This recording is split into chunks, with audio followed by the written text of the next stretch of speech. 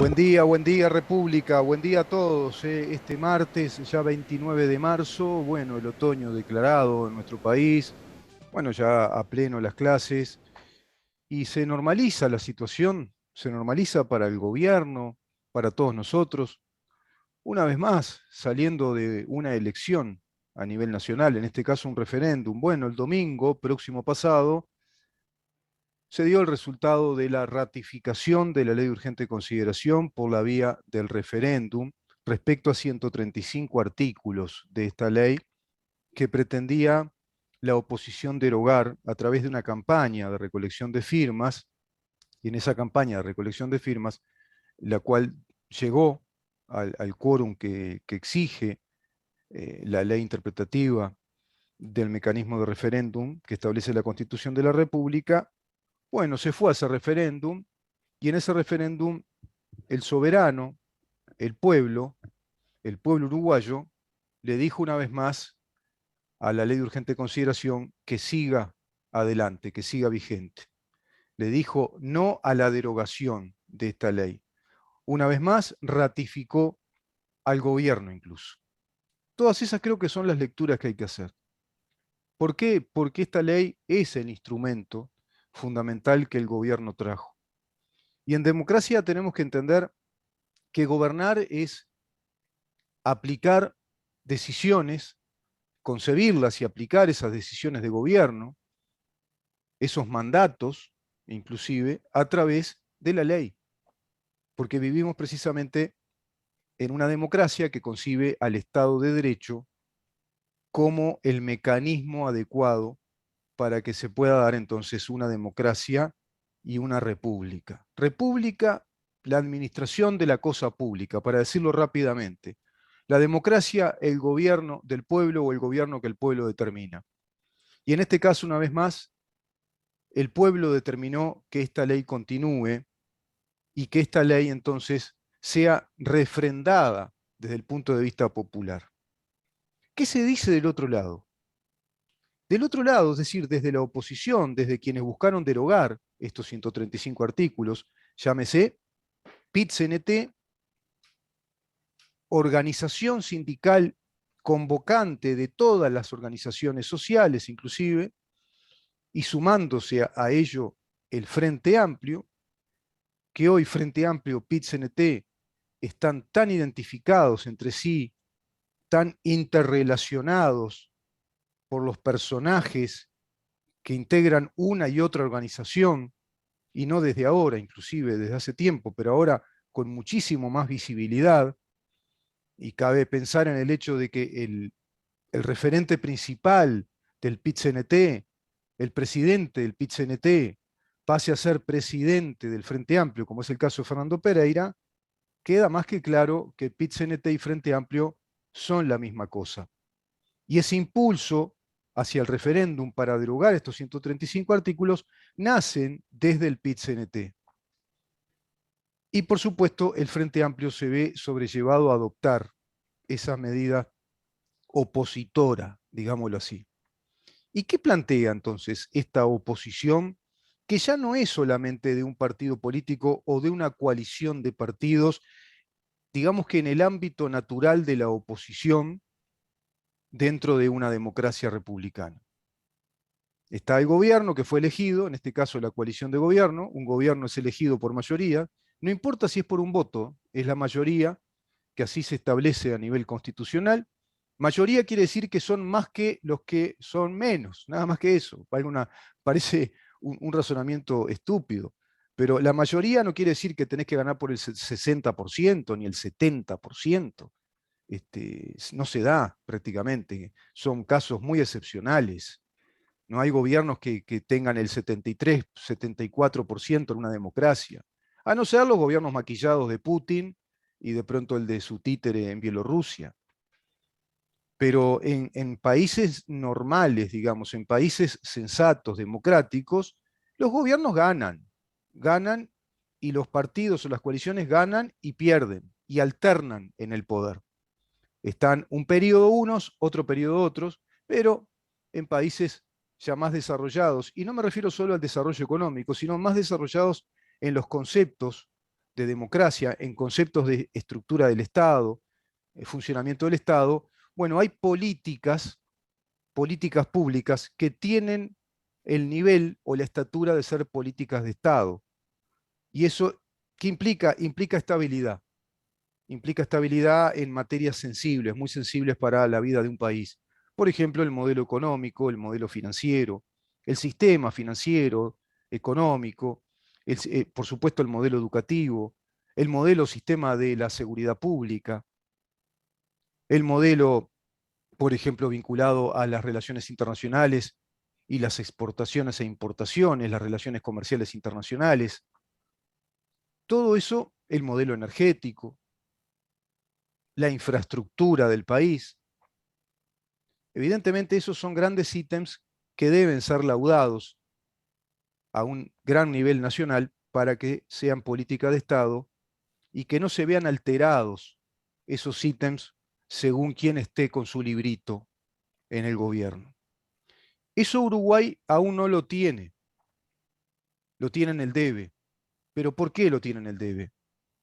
Porque convive en nuestro país un sector que está orientado, como lo va orientando este gobierno, por, por, por ideas, porque tenemos una idea de país, porque tenemos una determinada filosofía, porque tenemos una determinada convicción de país que es republicana y democrática. Y hay otro país, hay otro Uruguay que tiene otra convicción, tiene otras ideas, tiene ideas hacia el socialismo. Esto hay que decirlo con claridad. Ya no hay lugar a dudas. Lo estamos viendo día a día y desde que este gobierno asumió el gobierno, estamos viendo a una oposición que es corporativa, es el sindicalismo uruguayo a través del PIT-CNT, más todas esas agrupaciones o intersociales, como les dicen ellos en ese léxico neomarxista, y por otra parte, el Frente Amplio, que es el brazo político armado que va hoy por hoy a la saga de lo que determinan las organizaciones sindicales y sociales, que a su vez están pautadas por organizaciones sociales e internacionales y organismos internacionales que van pautando también políticas de este neomarxismo, esta nueva izquierda instalada en el mundo, como tiene que ver con las políticas de género, lo que tiene que ver con las políticas LGBT, las políticas vinculadas al feminismo más radicalizado en estos momentos históricos, digamos, del feminismo. Evidente, y por supuesto planteos colectivistas de la economía, y a ver cómo te podría decir, un latente discurso de clase. Esa latencia asume más visibilidad o menos visibilidad según quienes entiendan algo de política. Según aquellos que van conociendo de qué se trata, y esto es a través también de la experiencia, el conocimiento se lo obtiene a través de la experiencia. El entendimiento, la capacidad intelectual de comprensión se lo obtiene a través del estudio. Pero el conocimiento, lo que radica en nosotros como conocimiento, lo que absorbemos, lo que obtenemos como conocimiento en la realidad es a través de la experiencia, pero esa experiencia debe estar solventada, sustentada, alimentada en la lectura del significado de lo que vamos viviendo a través de un buen basamento intelectual, a través de un régimen de estudios, sea curricular o sea de modo personal, autodidacta, no interesa. Lo que interesa es que la persona esté abocada a ese estudio para interpretar la realidad.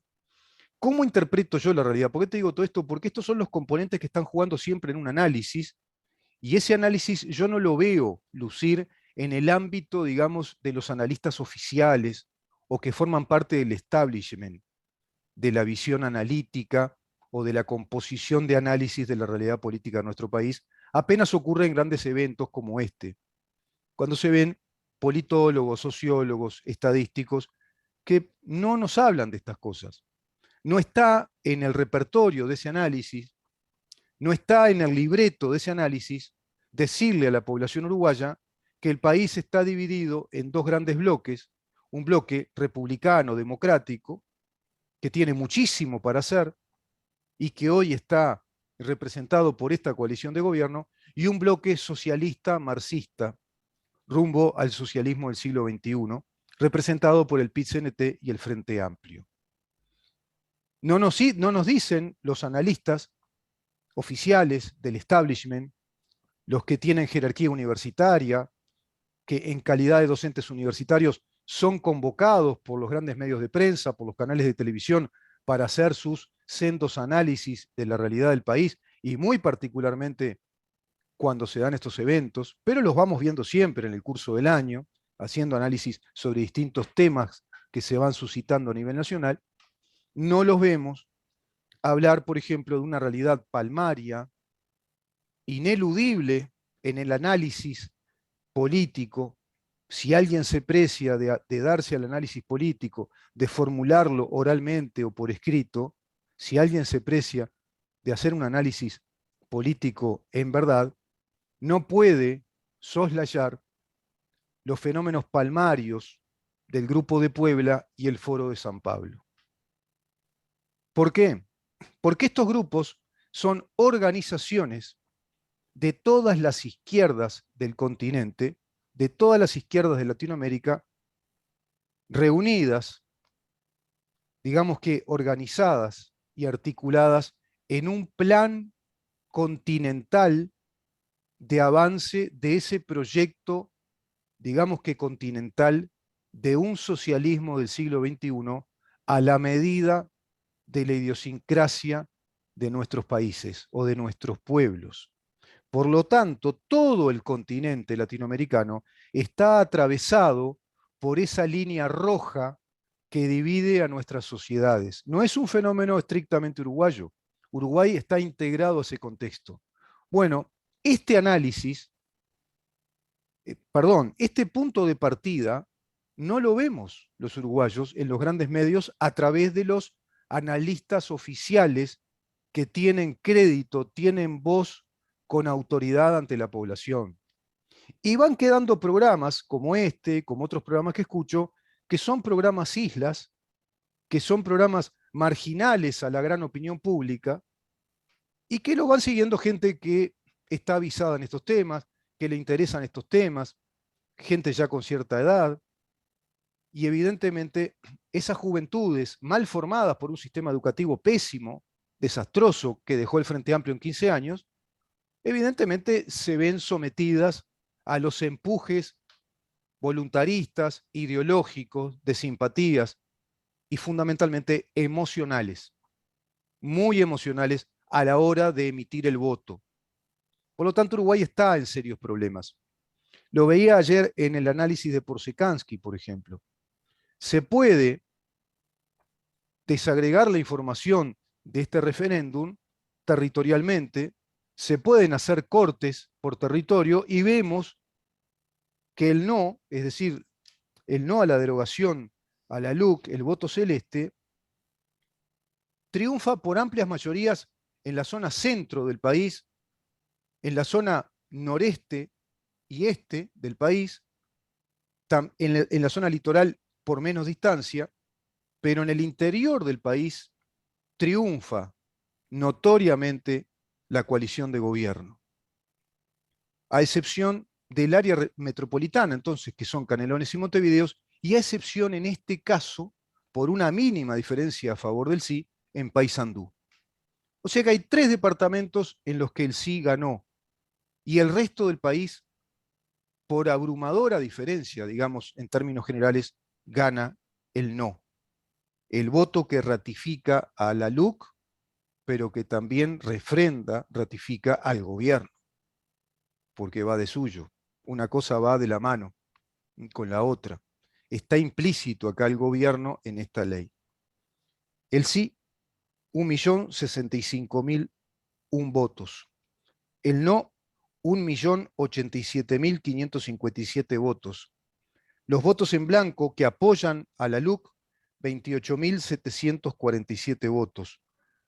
Hojas anuladas, 81.817. Votos observados, que están ahora en ese recuento, son 36.080. Los votos emitidos en total fueron 2.299.202 votos. Esto equivale al 85% del total de los habilitados para votar. Es decir, en este referéndum votó el 85% del padrón electoral, del cuerpo electoral del Uruguay. Es un hecho también a tomar en cuenta porque en las elecciones nacionales para cargos electivos, las elecciones para elegir presidente, para elegir el gobierno, así también como para elegir los gobiernos municipales, se da un promedio entre el 90 y 92% de los habilitados del padrón electoral.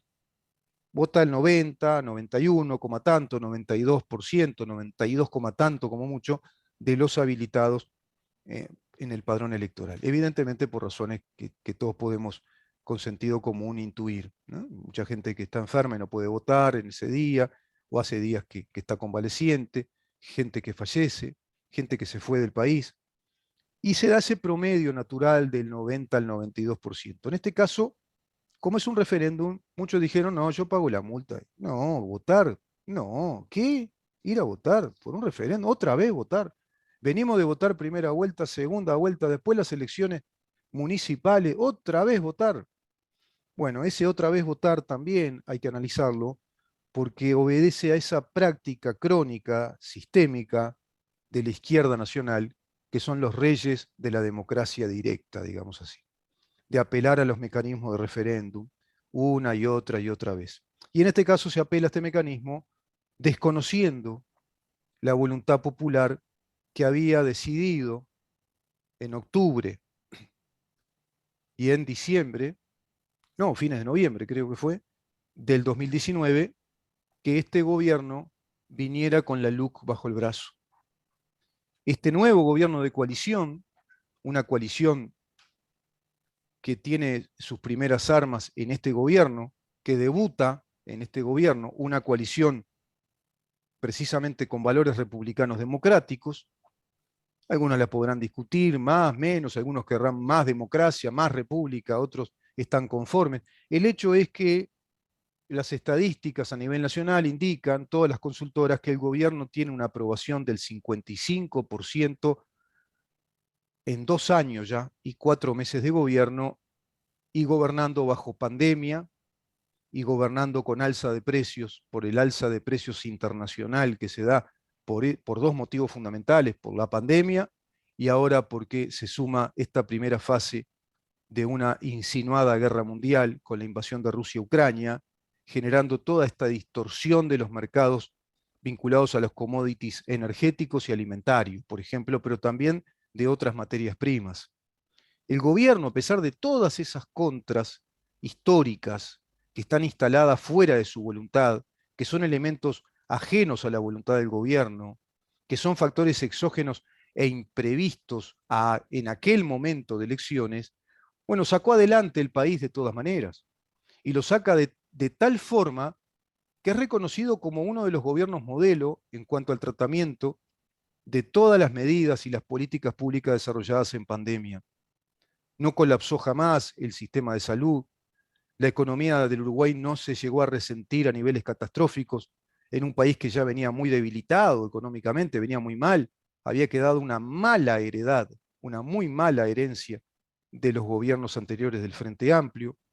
Este gobierno está, bueno, desarrollando una activación económica que ya es notoria, hay una reactivación económica, el país está a pleno, funcionando, los que trabajan por su cuenta, los emprendedores, los pequeños emprendedores lo saben, los que me están escuchando saben que no dan abasto con la cantidad de trabajo, la actividad privada va notando que tiene más trabajo, la actividad pública vuelve precisamente a todo su rol de actividad pública, con todos los beneficios que tiene la actividad pública, a pesar de las discusiones y los reclamos huelguistas de AEU. Evidentemente esta ley lo que nos viene a demostrar con estos resultados es que el gobierno es muy popular. No es que sea un gobierno con una popularidad discutida como lo quiere hacer ver el relato frente amplista de perfil marxista, socialismo siglo XXI. Eso hay que aclararlo siempre, porque no estamos viviendo un periodo histórico normal, con una oposición normal dentro de la lógica de una democracia republicana. Fíjense lo que llega a decir el presidente del Frente Amplio. Llega a decir que el gobierno va a tener que tomar en cuenta que hay una mitad del país que le dice que no a esta ley, va a tener que, bueno, poner, digamos, algo así como las barbas en remojo. Y además dice Pereira, hay dos modelos de país.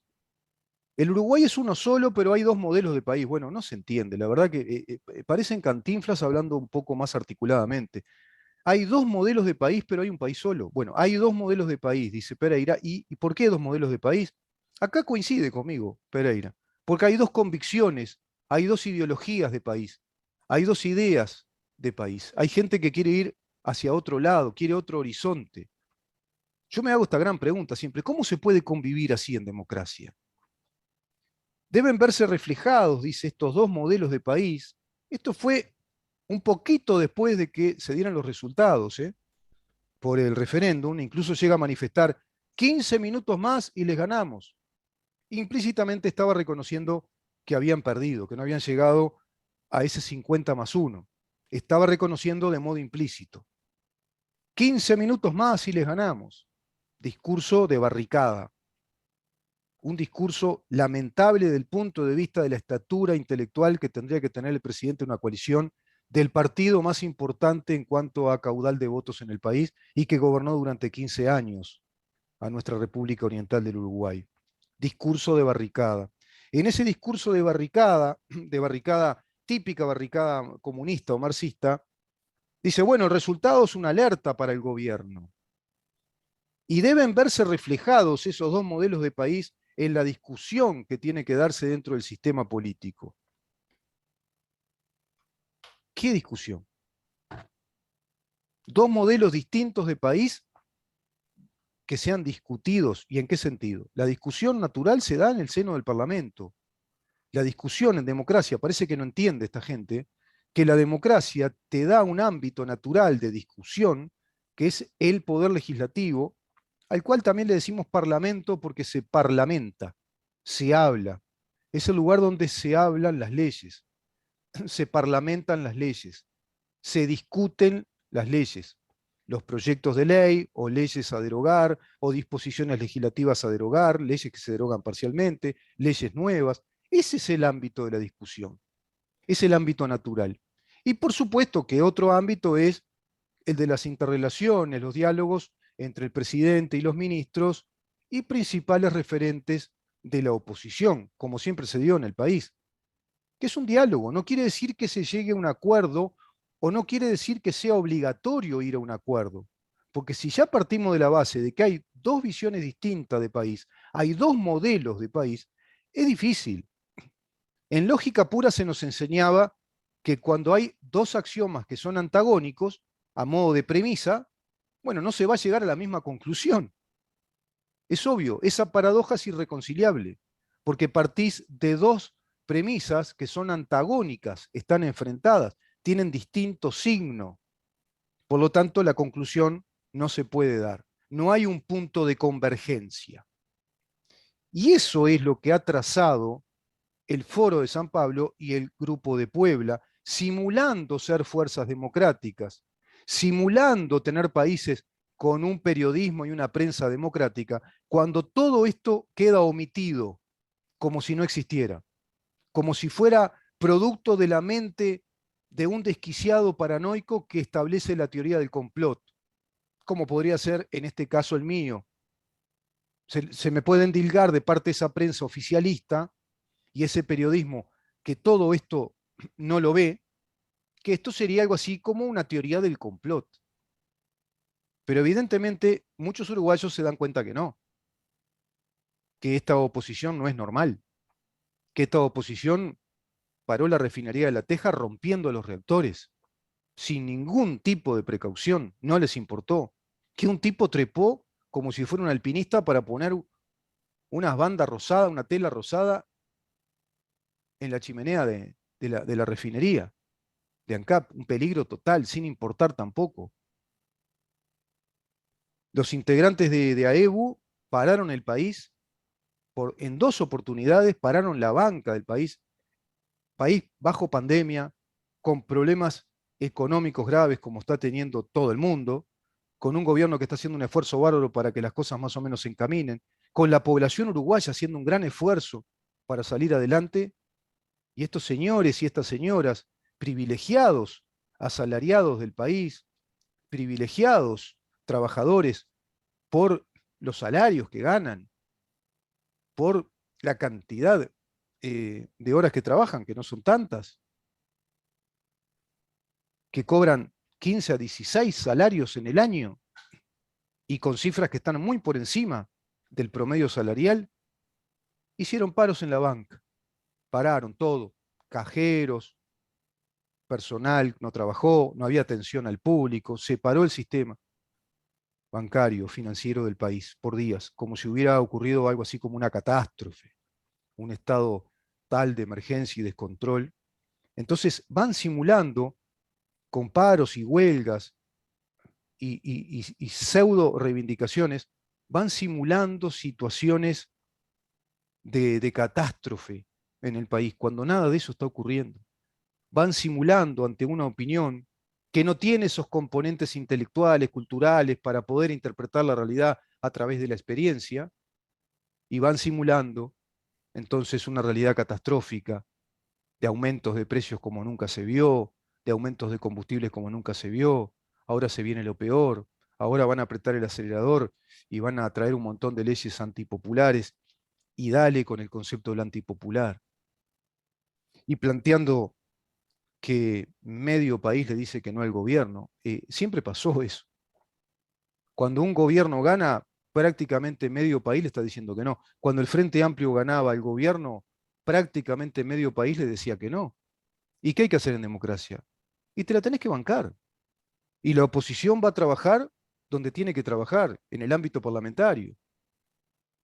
Y va a iniciar proyectos de ley igual, y le va a discutir leyes, y va a salir a decir cosas ante la opinión pública, pero dentro del ámbito parlamentario, legislativo, porque la oposición queda constreñida a ese ámbito.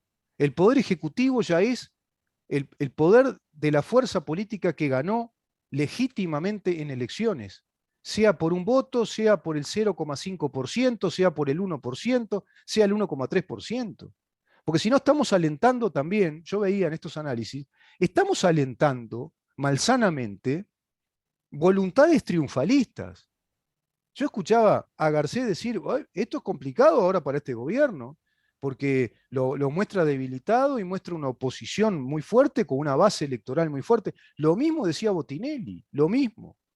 Hay una base electoral muy fuerte, además extrapolando el resultado de un referéndum con una elección nacional que no tiene nada que ver. No se puede extrapolar. Pero por otra parte, yo no veo dónde está la debilidad. Cuando en este caso el refrendo, es decir, la confirmación, el apoyo, la ratificación de esta ley, que es el gobierno mismo, aumentó en un punto coma 3. Fíjense, voto por el no, 49,9%. Voto en blanco, que es ratificar la ley, apoyar a la ley, y por lo tanto es apoyar al gobierno. Si vos querés con un signo, según algunos referentes, acá lo han escuchado de parte de Mercedes Vigil, del licenciado Avenia, que son esos referentes personales, personajes o personalidades públicas que le han dado un sentido, un contenido a ese voto. Bueno, puede ser que un porcentaje de esos votantes hayan votado con ese contenido, justamente con ese significado de una tarjeta amarilla al gobierno, de un tirón de orejas, pero en definitiva es una crítica al gobierno que van a seguir apoyando y que apoyaron definitivamente votando en blanco para que la LUC sea ratificada. Ese voto en blanco no es el voto de izquierda, ¿eh?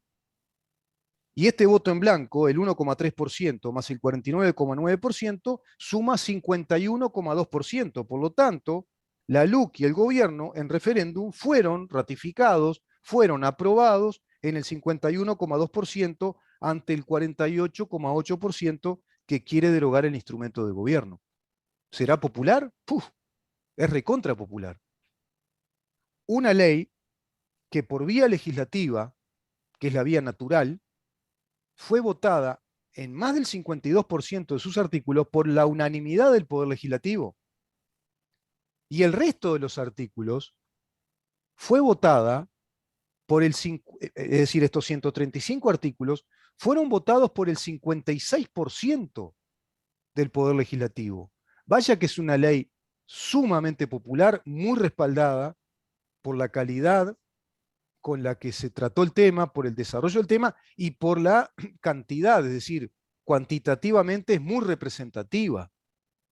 El 52% y un poco más de la ley por unanimidad, y estos artículos que se pretendían derogar fueron legislados por el 56% de los representantes del país. Por lo tanto, es una ley popular que ahora se afirma a fuego porque el propio soberano, el pueblo, por 2,3 puntos de ventaja, le dice que sí al gobierno y a esta ley que trata temas que son de urgente consideración. La educación, la seguridad pública, el sistema financiero, las relaciones comerciales del país, la portabilidad numérica, determinados temas vinculados a lo penal, alquileres, es decir, más bien esa ley de alquileres alternativa al régimen general de alquileres tiene que ver con dar una solución al tema viviendas, al tema habitacional. Todos estos temas son los que hacen en otros países a políticas de Estado. Todos estos temas forman parte de algo que es indiscutible: fortalecer la seguridad pública, articular más y más atribuciones dentro de la ley, por supuesto, dentro del marco del Estado de Derecho, a la policía, articular los operativos, la logística policial a través de mecanismos que estén legislados. Y que hablar con el tema penal vinculado a delitos especialmente graves, muy graves. ¿Qué sanciones le da a nuestra sociedad? ¿Cómo sanciona esos delitos? ¿Cómo sanciona a esos malsanos que no conviven? ¿Cómo sanciona a violadores, a abusadores sexuales? Es curioso, ¿no?, que el feminismo, tan radicalizado en todo eso, vote en contra de una ley que hasta plantea a nivel nacional un archivo, un registro de violadores para que la sociedad uruguaya sepa quiénes fueron los que violaron de pronto a una niña, a una chiquilina, o abusaron de menores. Y así también con los homicidas intencionales, con los rapiñeros, con los secuestradores. ¿En qué país sensato cabe otra cosa?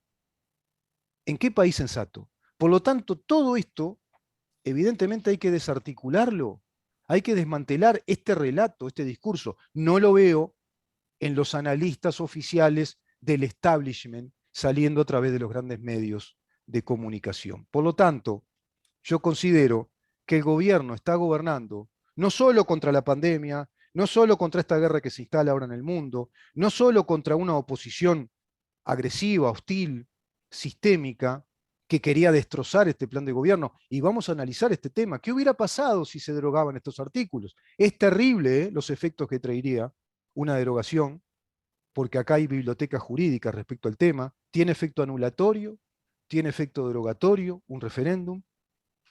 No solo por eso, el gobierno además está gobernando con una prensa sutilmente hostil, porque omite analizar todos estos temas, llevar al escenario del análisis a sus estudios de televisión, analistas, por supuesto, de nivel académico, de un nivel intelectual reconocible, que nos expliquen de qué se está tratando este tema, de este tipo de oposición con estas características, una oposición corporativista marxista, y un gobierno republicano que vino a plantear reformas sensatas que son urgentes para que el país tome un cauce, digamos, de racionalidad, de normalidad como país. Vamos a una pausa y ya recibimos al diputado Gabriel Gianoli, precisamente para seguir hablando de estos temas, dado el resultado del domingo en este referendo.